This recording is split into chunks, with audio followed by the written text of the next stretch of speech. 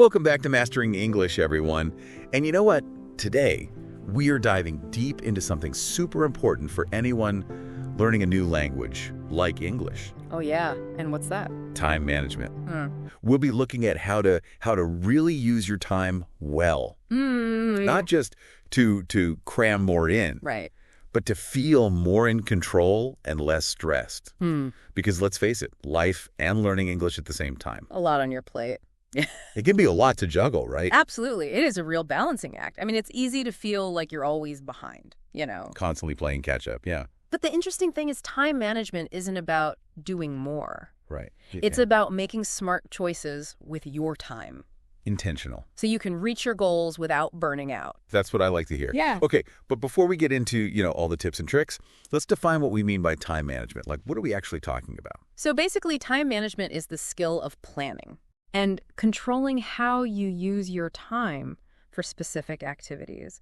And for our listeners, that could be, reading a book in English. Right. Or maybe chatting with a language partner. Yeah. It's all about those conscious choices, right, to reach those English learning goals. So it's not about like this super rigid schedule and you have to stick to it no matter what. No, not at all. Actually, a big misconception about time management is that it's about this unbreakable schedule, and then feeling bad if you don't stick to it perfectly.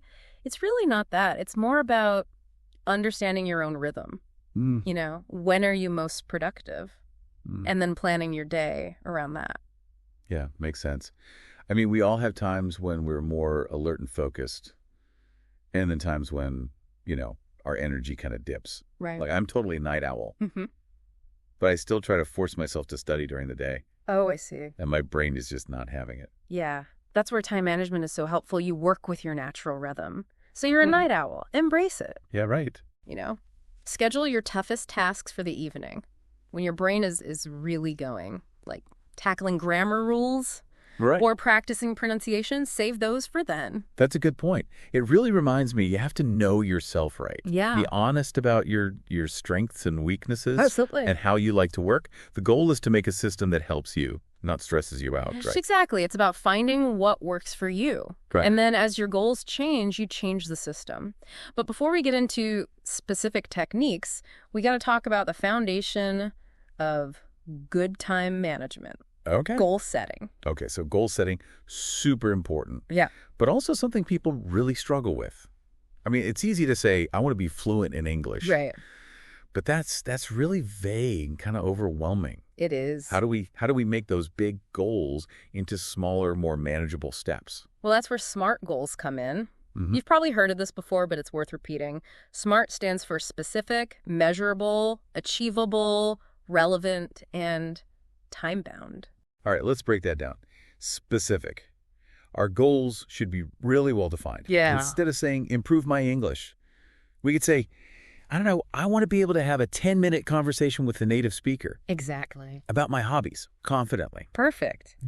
And measurable means we got to track our progress. So in your example, you'd track, how long your conversations are, the new words you use, or even just how confident you felt. I see, yeah. During the conversation. Okay. And achievable means we got to set realistic goals, right? Like things we can actually do. We don't want to set ourselves up for failure with something impossible. Right. It's about finding that balance. Yeah. Challenge yourself, but don't get overwhelmed. And relevant means our goals got to align with our overall language learning goals and our personal values. For example, if your main goal is to learn English for work, then focusing on business vocabulary, that would make more sense than learning how to talk about Shakespeare. Right, definitely. It's about making sure our efforts are focused on the right things, on our purpose. Exactly. And lastly, time-bound means setting deadlines for ourselves, right? Exactly. Deadlines are key for staying focused and motivated. So instead of saying, I'll start practicing conversation someday, you might say, I'll have my first 10-minute conversation with a native speaker in 2 weeks. Ooh, I like that. A deadline makes it real, like you have to do that. Is that saying a goal without a deadline is just a dream, right? Exactly. And speaking of accountability, one thing that can really help is to share your goals. Tell a friend, a family member, or even your language partner. It can give you that extra push. Like having your own personal cheerleader. Exactly. But it reminds me, we don't have to do this alone, right? There are tons of resources out there to help us learn English. Oh, absolutely. Online courses, language exchange websites, tutors. don't be afraid to ask for help. I completely agree. Language learning is a team sport. Surround yourself with people who inspire you and support you. And remember, every step you take, big or small, it gets you closer to your goal. Absolutely. Wow, we covered a lot in this first part of our deep dive into time management. Yeah. We talked about being intentional with our time, Right. working with our natural rhythms, and setting those smart goals. Those are key. Yeah. Very important. And we talked about, being self-aware, asking for help, and celebrating all the small wins along the way, which is so important. Definitely. Yeah.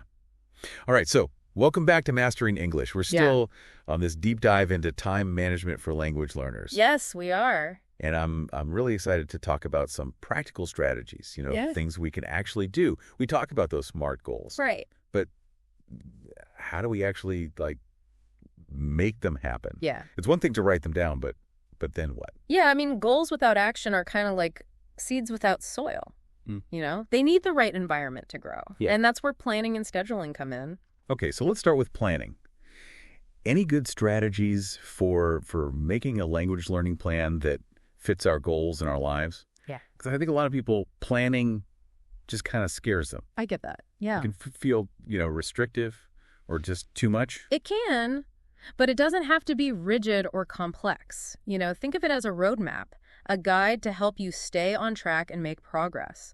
One simple but effective way to plan is to break those big goals down into smaller tasks. Okay, give me an example. What would that look like? Sure. Say your goal is to get more fluent in speaking. Instead of just saying, I'm going to practice speaking, you break it down. Okay. So you might say, I'll have a 10-minute conversation with my language partner twice a week, or I'll record myself speaking for 5 minutes every day and then listen back, to see what I can improve. Right. So much more manageable when you break it down like that. Right. It's not this big, scary thing. And then once we have those little tasks, we can put them into our week, right? Exactly. And this is where knowing yourself is important. Look at your week, your work, your family stuff, social things, and find those little pockets of time. The little gaps in the day. Where you can realistically fit in some language learning. Maybe it's 30 minutes at lunch or hour before bed. The important thing is to be realistic and consistent. Yeah, consistency. I've totally fallen into that trap of trying to do too much at once. I think we all have. And then you just burn out and give up. It's much better to do a little bit every day. Absolutely. And a schedule can really help with that. Doesn't have to be anything fancy. A simple calendar is fine. Yeah.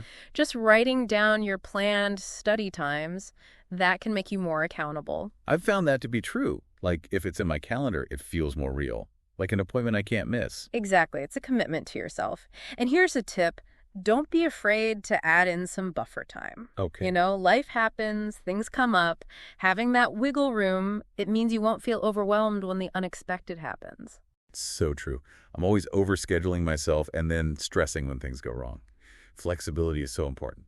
Speaking of which, what about different ways of scheduling? Some people love paper planners, others like digital calendars and apps. What do you recommend? It really depends on what you prefer. Some people like the feel of writing in a planner. Others like the convenience of digital tools. Yeah. It's personal. I use both, actually. I like a paper planner for the whole week, but then my phone for appointments and reminders. But for language learning, I find it helpful to have a separate notebook or a document on my computer where I keep track of my goals, my progress, new words, stuff like that. That's a great idea, having a central place for your language learning. It can be really motivating to see how far you've come. Speaking of motivation, let's talk about how to stay focused during those study sessions. So please, because distractions, they're everywhere these days. Oh, they are? Phones buzzing, social media, it's so easy to get sidetracked. Yeah. How do we make a space for focused learning? It's tough, for sure. It takes being mindful and having some strategies. First, you need a dedicated study space. Somewhere you can minimize those distractions and tell your brain it's study time. So that could be a quiet spot in a library, a desk in a spare room. Yes. Or even just clearing the kitchen table and telling your family you need an hour of quiet. Exactly. And once you have the physical space, then it's time to tackle the digital distractions. Ah, yes. Turn off phone notifications, close those extra tabs on your computer, maybe even use one of those website blocker apps if you need to, if you keep checking social media. Good tips. I also find it helps to have a little ritual before I start studying. Something small, like making a cup of tea or lighting a candle. Oh, nice. It signals to my brain, okay, study mode now. Love that. Rituals are powerful for setting your intention. And speaking of intention, have you heard of the Pomodoro technique? I have. It's a time management method, right? Mm-hmm.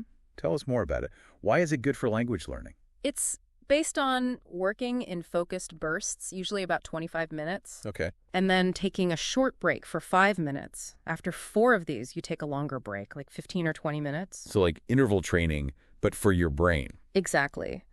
This is great for language learning because it helps you avoid getting mentally tired and keeps you focused. Language learning involves so many skills: reading, writing, speaking, listening. Right. It can be overwhelming. Right. And the Pomodoro technique gives you a structure, breaks down the tasks, and those breaks, they're crucial to avoid burnout. Yeah, I've totally felt that before, trying to cram too much in at once. Yeah. It's much better to have those shorter focus sessions. What about those breaks, though? What are good ways to actually recharge during that time so you can come back refreshed? That's a good question. And it's important to remember those breaks, they're not for checking your phone or going on social media. It's about disconnecting and letting your brain rest. So get up, move around, step outside for some fresh air, do some stretches, listen to some music, maybe even meditate for a few minutes. All good things. It's easy to think we need to be productive every second of the day. But taking breaks is how we avoid burnout in the long run. And speaking of the long run, learning a language, it's a journey. It's not a race. That's a good way to put it. It's not about cramming as much as possible, as fast as possible. It's about finding a way to learn that you enjoy and can keep doing over time. I agree. It's about continual growth, curiosity, patience. And I think on that note, it's time for us to take a break. But when we come back, we'll talk about even more techniques and tools for optimizing your language learning journey. So stay tuned. Welcome back to Mastering English. We're wrapping up our deep dive into time management for language learners. And I'm really excited to keep talking about techniques and tools, ways to make your learning even better. We talked about goal setting, planning, scheduling, even that Pomodoro technique. Right, for staying focused. Yeah, but I'm wondering, are there other techniques?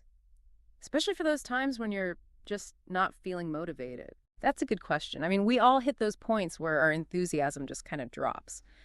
One powerful technique is visualization.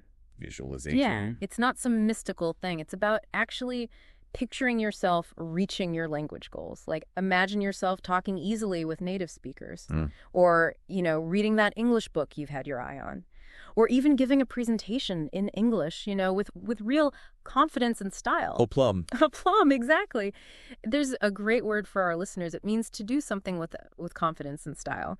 I'm glad you brought up visualization. I use it myself, not just for language learning. Our minds are so powerful, they can really shape our reality. It's true. It's like you plant those seeds of success and then you got to nurture them with positive energy and action. Yeah. But even with visualization and all these techniques we've talked about, there's one big challenge that trips up even those organized people: procrastination. Oh, yeah. Procrastination. How do we beat that when we just don't feel like studying? It's tricky. One thing that helps is understanding why we're procrastinating. Is it fear of failing? Feeling overwhelmed? Sometimes just knowing the reason makes it less powerful.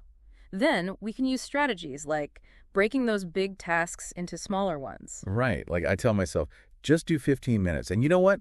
Often, once I get started, I end up doing way more. Exactly. Little steps can build momentum.